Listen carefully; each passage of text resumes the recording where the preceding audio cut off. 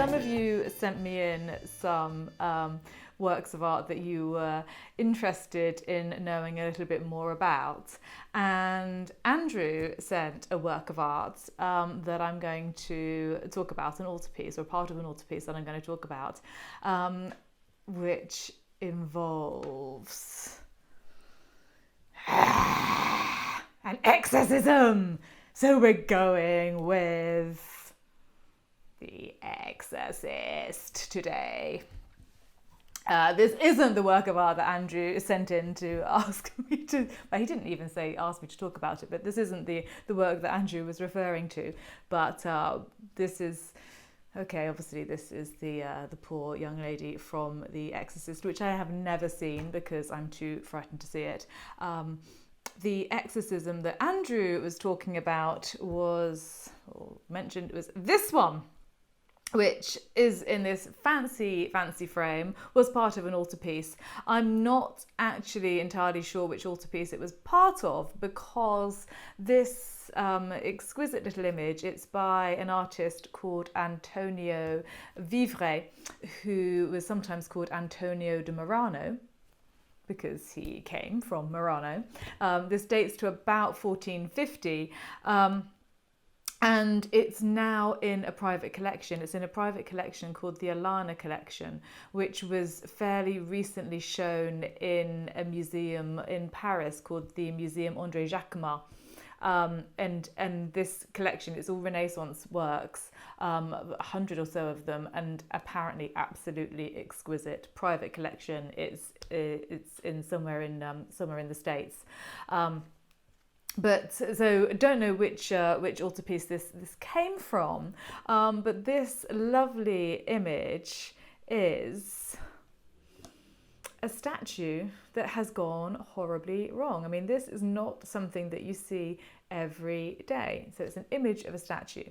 So, you know, imagine that you are walking around a church and you're taking in all of the lovely paintings and the sculptures, and you look up and you think, oh, there's a nice sculpture of the Virgin Mary and Jesus, but wait a minute, there's something a little bit wrong with it. Mary's got horns and she's got wings, and so has Jesus, and there's a tail involved and some webbed feet. Well, that's not right, is it? Okay, so clearly the devil has possessed this statue. I say clearly, it's not clear at all, but this is what is going on here. So the devil has possessed this statue of the Virgin Mary and Jesus. And when the devil possesses a statue, who are you going to call? St Peter the Exorcist, obviously. So this is, if you see, so you can see this little fellow down on the right hand, down in the right hand corner, sort of holding up, I think, sort of incense, actually. So this is Peter the Exorcist.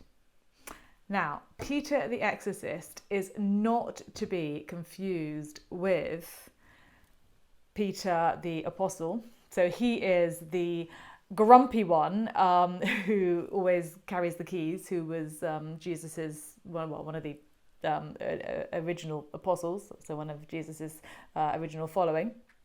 He is not to be confused with Peter Martyr, St Peter Martyr, who was in fact a 13th century saint. Peter the Exorcist is from the 4th century. And he was an exorcist. And the story is that he was going around with his sidekick, Marcellinus, who was a priest. And they were performing exorcisms all over the place and became a bit of a nuisance, and eventually got themselves arrested and thrown into prison.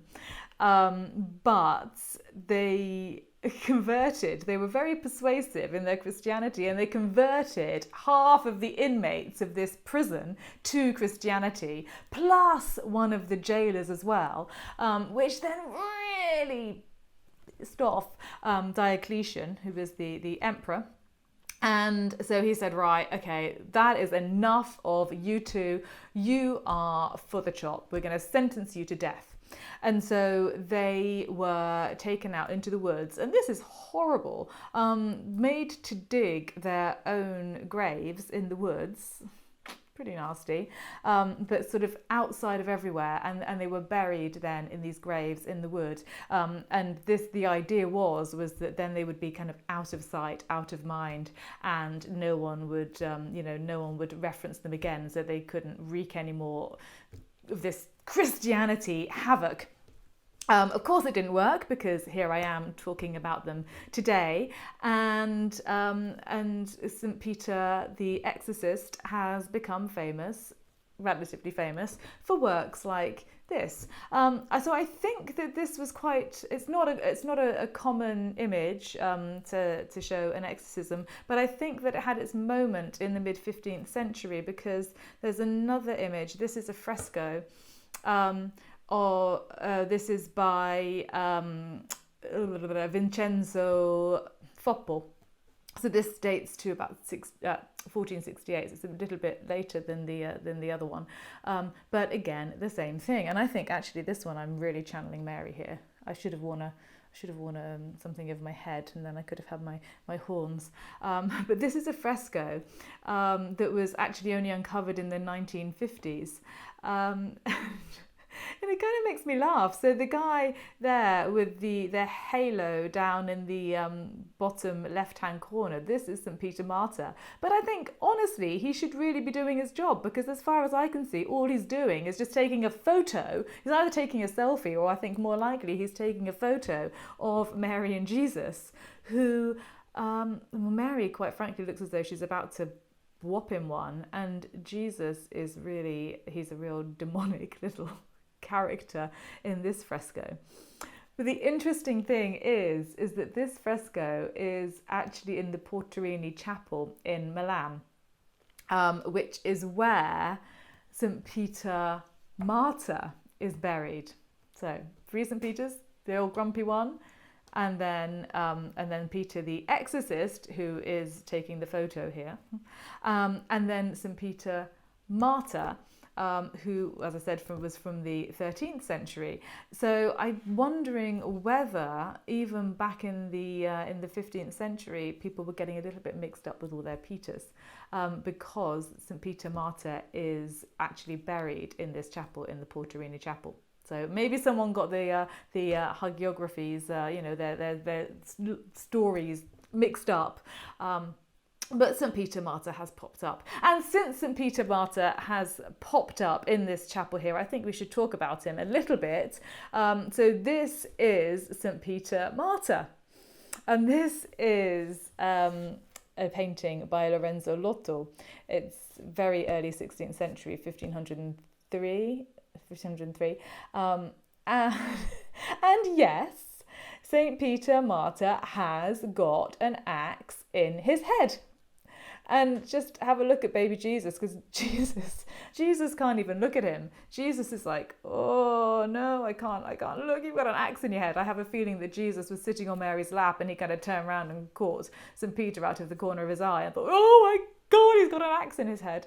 A fact to which John the Baptist, who's in front of St Peter Martyr, is completely oblivious, because he's happy and smiling, and he's all quite cheerful down there.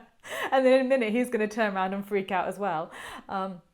So why has Peter Martyr got an axe in his head? Well, of course, this is all to do with his life story. So he was Catholic, and actually I'm going to show you this image, which is by Bellini, and this again is 1505. This is in the National Gallery in London, and so the story of St Peter Martyr was that he was Catholic, preaching obviously Catholicism, and he went around with his brother. So the gentleman kind of running away in the middle of the painting is Dominic, who was Peter's brother, and they really got up the noses of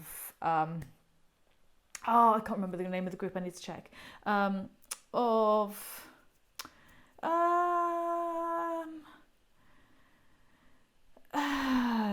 I can't see. The Cathars. It wasn't difficult, was it? The Cathars. See, I do have a little backup.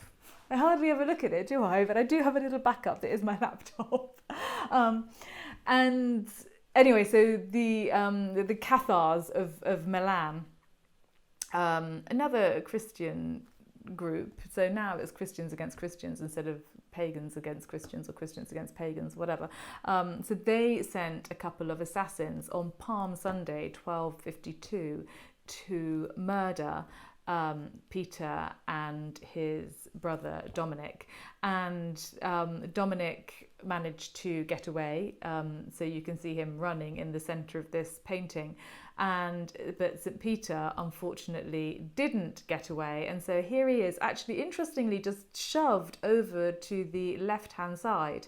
And he is being killed with an axe in his head, but he doesn't die.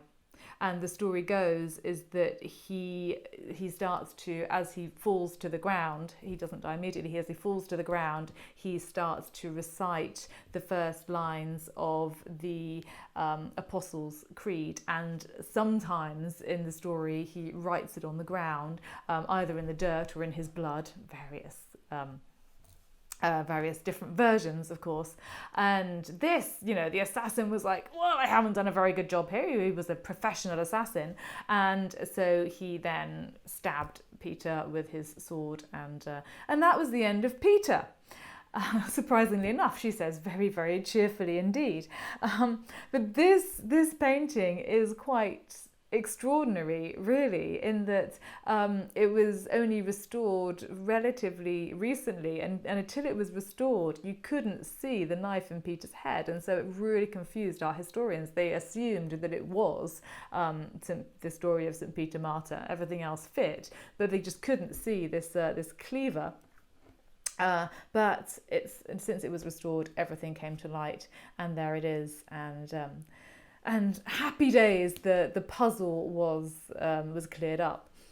So yes, so this is quite it's quite a creepy painting in many respects, because there is so much normal life going on in the background. I mean, it's as much of a landscape and a picture of the background and the fantastic, the woods and so on, and just this sort of general life that is happening all behind this horror, as it is of the horror itself. A very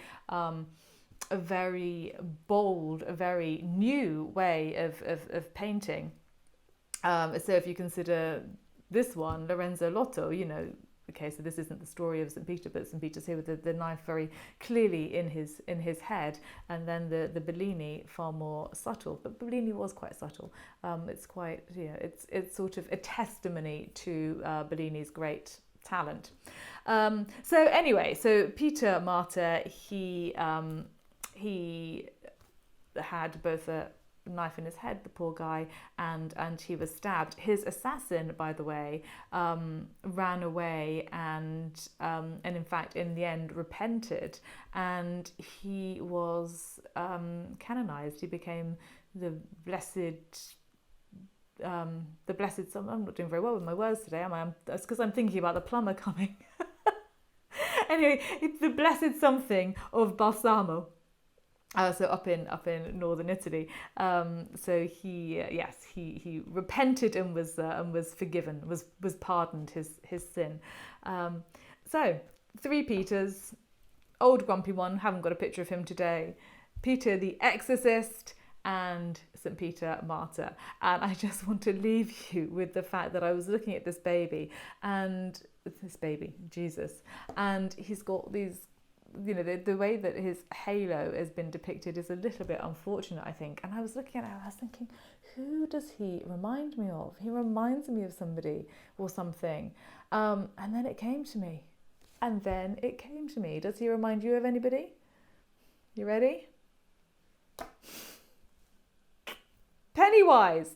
So we've started with The Exorcist and we're ending with Pennywise via 3 Peters, or 2 Peters really.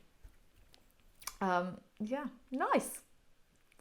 Okay, I am gonna turn back on commenting. I hope you enjoyed that very quick romp through exorcism. And there we go. Turn on commenting, and here we are.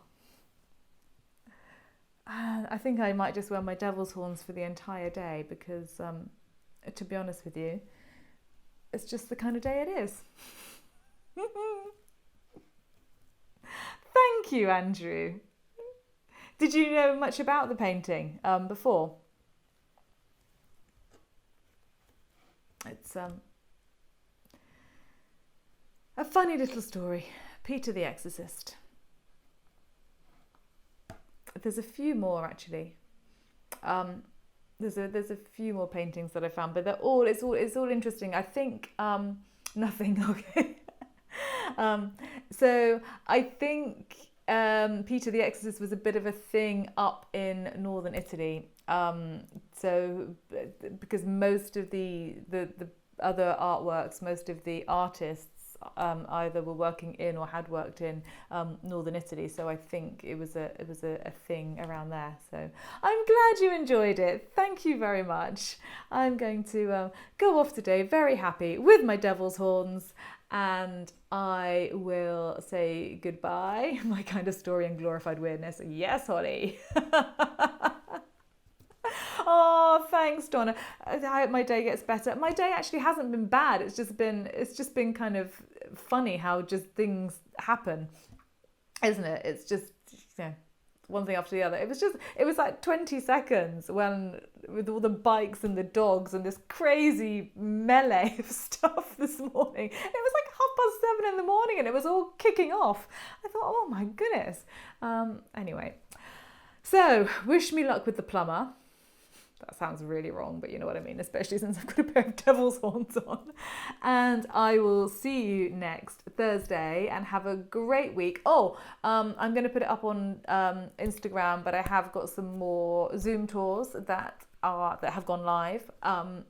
And yes, so have a look at those. I will see you next week. Thank you very much for joining me, everyone. Thanks for the luck with the plumber. Bye. Have a good day. Bye.